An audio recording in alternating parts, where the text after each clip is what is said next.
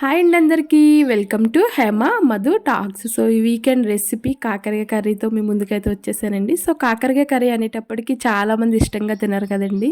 So ఇంకా అందరూ ఇష్టంగా తినే విధంగా ఎలా వండాలనేది ఈ రెసిపీ ప్రాసెస్.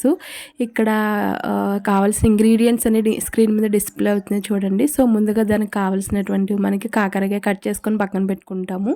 సో కాకరకాయ అంటేనే చేదు కదండి. సో ఆ చేదు తగ్గడానికి కొన్ని ఇంగ్రీడియంట్స్ అయితే ఈ కర్రీలో మనం యాడ్ చేసుకుంటాం. అవి ఏంటంటే పల్లీలు, నువ్వులు, ఇంకా కొంచెం జీలకర్ర, ధనియాలు, ఒక ఎండుమిర్చి వేపుకొని పొడి చేసుకొని ఎగిన కాకరకాయ ముక్కల్లో కలుపుకొని పక్కన పెట్టుకుంటాము. సో ఈలోపు మనం ఉల్లిపాయ, పచ్చిమిర్చి, ఉప్పు, కారం, జింజర్ పేస్ట్ అన్నీ వేపుకొని అది ఇది మిక్స్ చేసుకొని కొద్దిసేపు మగ్గిన తర్వాత పక్కన పెట్టుకొని వేడి వేడి అన్నంలో కలుపుకొని తింటే అబ్బా సూపర్ టేస్ట్ అండి.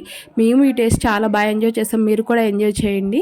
సో వీడియో మీకు నచ్చినట్లయితే please like, share and subscribe to our channel.